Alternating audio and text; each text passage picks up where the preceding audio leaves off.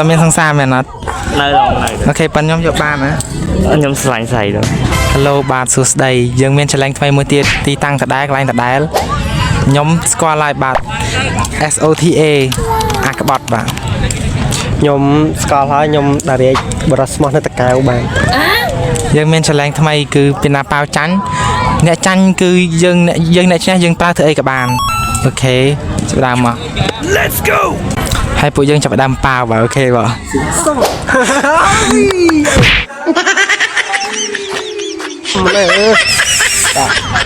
អើទេដាក់មកឥ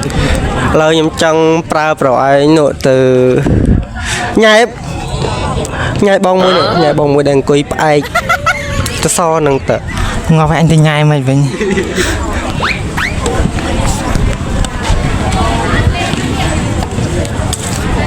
បងអីសួស្ដីបងលេខសំឡេងមួយបានអត់ពួកខ្ញុំអត់3ណាក៏លេងធម្មតាណាបងមានសង្សារនៅ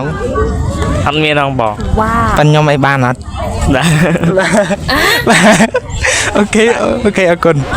បងអាយុម៉ាត់ហើយអាយុ18បង18អូពេញហ្មងអត់តមានសង្សារមែនអត់នៅអូខេប៉ិនខ្ញុំយកបានណាខ្ញុំស្លាញ់ស្អីទៅខ្ញុំស្លាញ់ស្អីទៅអូស្លាញ់ស្អីអូបងអរគុណសំទោសអូខេយើងលេងប៉ុណ្ណឹងអូខេបាយ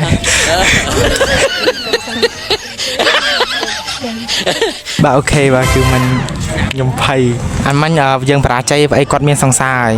ពេលណាមួយឲ្យខ្លាំងខ្លាំងហ្នឹងហើយមិនអើយខ្ញុំខ្វះគេដល់មិញមិនមែនតើយើងចាប់ផ្ដើមលេងបន្តបាទយើងប៉ាម្ដងទៀតអូខេមក1 2 3ពីខោខ្ញុំឈ្នះហើយអូខេកូនណងខ្ញុំនោះទៅកន្លែងនោះ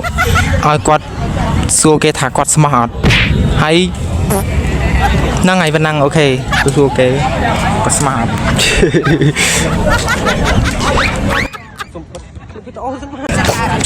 បងសុំ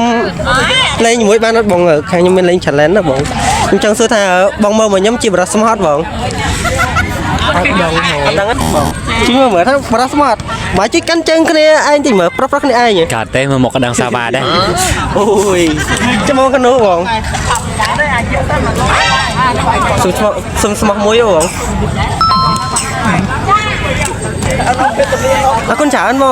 ងបាទមិនខ្ញុំខ្មាស់គេជំនួសគាត់មកខ្ញុំនិយាយមែនតែគាត់គ្រាន់ណាគាត់ស្រីនឹងប្រុសតែខ្ញុំហាឡើងឲ្យប្រុសនឹងប្រុសនេះគេជឿថាខ្ញុំជាបរិស្មោះ